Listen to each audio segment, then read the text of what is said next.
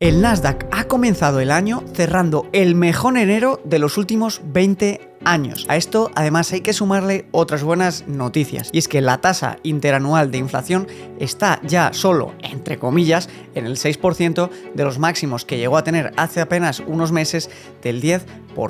Y todo esto parece hacernos indicar que las subidas de tipos de interés tan agresivas están surgiendo efecto y están poco a poco lidiando con los efectos de la inflación desmedida. Y es que si vemos esta tabla de aquí, vemos que por primera vez en 2022, desde que se tiene constancia de la evolución de la masa monetaria, hubo un crecimiento negativo de esta tasa. Es decir, por primera vez en la historia, desde que se tiene constancia de este registro, se redujo el dinero y liquidez en el sistema. Todo esto además mientras el empleo sigue bien fuerte en la mayoría de países desarrollados. Esto es el sueño de la Fed, de los bancos centrales, intentar frenar la inflación mientras todas las noticias son positivas. Y esto ha hecho que la semana pasada Jerome Powell, el jefe del Banco Central de Estados Unidos, dijese que él cree que conseguir un soft landing es posible. Aquí lo vemos. I do continue to believe that there's a path to a soft or a softish landing. I do believe that. And the definition of a softish landing is what? Unemployment goes up a little, but we don't have a recession? Yeah, unemployment goes up, but it's not a hard landing. It's not a severe recession. You know, you could think of unemployment going up, but not really spiking as it does in some recessions. So. Todo este chorreo de noticias felices han hecho que los índices este principio de año subiesen un 8% en el caso del S&P 500 y un 15% en el caso del Nasdaq. Estos mismos índices, recordemos, se dejaron el S&P 500 en 2022 un 18% y el Nasdaq un 33%. Y además hay bancos ya como Goldman Sachs que siguen bajando las probabilidades de una recesión y en este caso lo han reducido de un 35% a un 25% de probabilidad de que ocurra en los próximos meses la famosa recesión en los Estados Unidos. Sin embargo, en este vídeo hemos hecho una cosa que no es lo normal: empezar solo con las buenas noticias. Y es que también hay otras no tan positivas y no todos los inversores están con ese sentimiento de euforia. De hecho, Michael Burry, por 19ª vez, ha vuelto a mandar el mensaje a los inversores de que vendan sus posiciones mientras puedan, diciendo que nos acercamos a una caída como la que vivimos en 2008. Y es que recordemos que este inversor tan afamado fue uno de los principales actores que predijeron con éxito la gran crisis financiera del 2008 y la tremenda crisis inmobiliaria que se nos vino encima. Por eso nosotros, tú y yo, en este vídeo lo que vamos a hacer es analizar qué está ocurriendo de verdad con los datos bonitos, con los datos no tan bonitos, y ver cómo invertir en los próximos 12 meses para navegar con éxito las tenebrosas aguas del mundo de las inversiones. Para ello, lo primero que debemos de entender es que tanto las subidas como las bajadas de tipos de interés tienen efectos retardados en la economía. Es sencillo de entender. Al final, si miramos el fenómeno de la inflación, no se ha producido de golpe, se ha producido al cabo de meses e incluso de años de políticas laxas de los bancos centrales, donde pusieron la financiación pues prácticamente gratis y donde aumentaron muchísimo la masa monetaria. Y solo después de estos meses y años, la inflación se disparó. Si queremos ahora volver a controlar la inflación, ya vemos que no es tan fácil como subir los tipos de interés para llevarla a cero, y que además esta restricción en el crédito y en la masa monetaria va a tener efectos serios en la economía real de las personas y de las empresas. Y estos efectos pueden aparecer de las siguientes maneras. Recordemos que cuando se encarece la financiación, lo que ocurre es que las personas, cuando van a pedir una hipoteca, van a tener una cuota mensual mucho más alta que pagar y por tanto van a poder pagar menos precio por la casa porque la financiación va a ser más cara. Y esto puede hacer que evidentemente tengan que negociar a la baja el precio de las viviendas y se produzca una caída en el sector inmobiliario. De igual manera, si a las empresas les cuesta más dinero financiarse, tendrán más difícil innovar, invertir en crecimiento, contratar a más personas y tendrán flujos de caja más difíciles de conseguir. Y esto hará que su expansión se convierta en una tarea más difícil. Lo mismo ocurre para las personas. Si financiar préstamos al consumo para comprar un coche, reformar su casa o tener algo de dinero para irse de vacaciones es más caro, podrán tener menos dinero a final de mes para consumir. Y si tienen menos dinero para consumir, lo que puede que ocurra es que las empresas reduzcan sus beneficios porque sus ventas disminuyan. Y por tanto, si esto ocurre, si finalmente el consumo se frena tanto que las empresas bajan sus beneficios y su volumen de facturación, los inversores estarán dispuestos a pagar menos por las acciones de esas empresas porque encontrarán difícil justificar la valoración con beneficios empresariales cayendo. Y esto es precisamente esta teoría la que hizo que los mercados cayesen en 2022. Se pensó que ante la subida más rápida de tipos de interés de la historia, los beneficios empresariales iban a ser inferiores a los que las compañías finalmente reportaron y por tanto se apostó a la baja en el mercado y por eso tanto el S&P como el Nasdaq terminaron cayendo. Pese a que el consumo a finales de 2022 no cayó de manera generalizada, sí que hay algunas estadísticas que empiezan a asustar.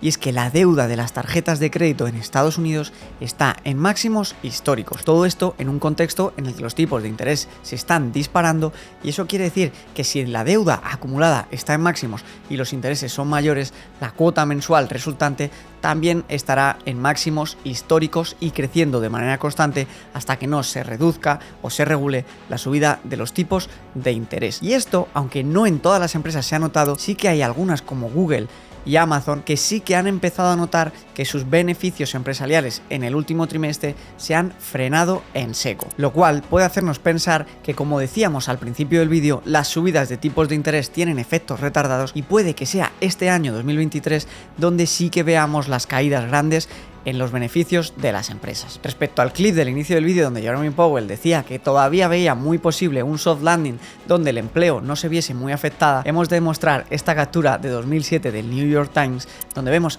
al anterior jefe de la Fed diciendo exactamente lo mismo justo antes de la gran crisis financiera e inmobiliaria. Por tanto, me dirás, Javi, ¿y qué narices hacemos con nuestro dinero y con nuestras inversiones? Con tantas noticias positivas y con tantas noticias negativas. Pues bien, viene muy al caso este estudio de Fidelity. Fidelity es una de las gestoras más grandes del mundo y que ofreció de 1977 a 1990 un fondo de inversión gestionado por Peter Lynch llamado Magallanes, que fue el fondo de inversión de la historia que más rendimientos anuales tuvo, obteniendo la locura de un 29% de interés anual compuesto en este periodo, que por ponerlo en contexto, el S&P hace una media del 8, 9, 10, es decir, 3 veces superior a la del S&P, y este estudio nos revela que el partícipe medio en este fondo de inversión perdió dinero. Y me dirás, pero Javi, ¿cómo que perdió dinero si el fondo hizo un 29% de media? Pues bien, porque había años en los que el fondo hacía un más 70% y otros en los que hacía un menos 20% y obtenía incluso peores rendimientos que el S&P 500. Y el inversor medio lo que hacía era entrar justo después del mejor año y salirse cuando el año quizá no había sido tan bueno y después se perdía la recuperación. Y es que a relación de esto quiero mostrarte este vídeo. Es de Ron Baron, que es un multimillonario, bueno, billonario, tiene más de 1.000 millones en patrimonio y gestiona desde hace más de 41 años un fondo de inversión. Y mira lo que nos dice. I started Baron Capital in 1982. And since then, there's been 1 year where the news was good. 1 year, 1989. That was the year where they took down the wall between East and West Berlin, and we thought there was going to be a peace dividend and everything's going to be fine. 1 year. And all the other years, we have pandemics and wars and inflation and panics and crashes, everything. And what happens? The stock market is 800 when we start, and it's now 33,000. It's up 41 times. We've done much better than that. Ya lo ves, en más de 41 años gestionando su fondo de inversión, solo hubo un año en el que la prensa unánimemente veía buenas noticias y animaba al optimismo. Y sin embargo, pese a las pandemias, guerras, crisis, enfrentamientos geopolíticos, dictaduras, etcétera, etcétera, el Dow Jones, el índice que mide el rendimiento de las empresas industriales en Estados Unidos, pasó de 800 a 33.000 puntos. Por 40. Y es que lo duro del mercado no es decidir invertir, ni siquiera decidir elegir un buen producto. Es aceptar que aunque la media sea un 8, 10, 12% anual, esta media no nos dice exactamente nada para predecir qué va a pasar. Puede que en un año caiga un 20%, se revalorice un 30% y el año siguiente suba un 5%. De hecho, si ves esta imagen de aquí, verás que lo normal en los puntitos que marcan el desempeño que ha tenido el S&P 500 no es que sea este 7-8%. De hecho, hay mucho más años por encima del 10 y el 15% que en esta franja de 7-8%. La media es solamente una media. Intentar adivinar el mercado es tan difícil que déjame preguntarte una cosa. ¿Quién esperaba que el S&P 500 fuese a subir un 8% en enero o un 15% el Nasdaq? Y para más INRI aún, déjame mostrarte este estudio de aquí. nos dice que en 1965 la duración media de una compañía en el S&P 500 era de 33 años. Ahora, en 1990 ya solo era de 20 años y ahora se espera que la duración media de una empresa solamente sea de 14 años para el 2026, preveyendo que en la próxima década prácticamente la mitad de las empresas del S&P 500 serán nuevas y no están en la actualidad. Y es que el mundo cambia tan deprisa y la tecnología avanza tanto que es muy difícil prever qué va a pasar con las empresas y con la economía. Pero el mecanismo de inversión indexada te permite estar constantemente apostando por los ganadores y purgar a los perdedores. Y lo que sí que está claro es que mira este gráfico. La caída máxima se reduce infinitamente en función de cuánto más tiempo te pases invirtiendo. En un año puede ser de hasta un 40 o 50%. En 5 años ya se reduce al 12%, en 7 años al 4% y en 15 y 20 años apenas ha habido periodos negativos. Es más, en 30 años, el peor periodo de la historia, cojas el inicio y el final donde lo cojas, habrías obtenido un 8% de rentabilidad anual compuesta. Como ves, la lotería es si inviertes para unos meses o para un año, pero cuanto mayor sea tu periodo, más segura es tu inversión y más rentabilidad obtendrás. Espero que este vídeo te sea útil para entender qué está pasando en el mercado y qué está pasando en la economía, pero que tengas clara una decisión. Se hace dinero invirtiendo a largo plazo. A corto plazo es muy difícil y casi nadie lo consigue. Así que nada, espero que te haya resultado útil este vídeo y te dejo con este donde te cuento mi top 3 de inversiones para el 2023, para que veas cómo y en dónde estoy invirtiendo yo exactamente. Nos vemos en el siguiente vídeo. Suscríbete, dale a like y compártelo, que me haces un favorazo y es gratis.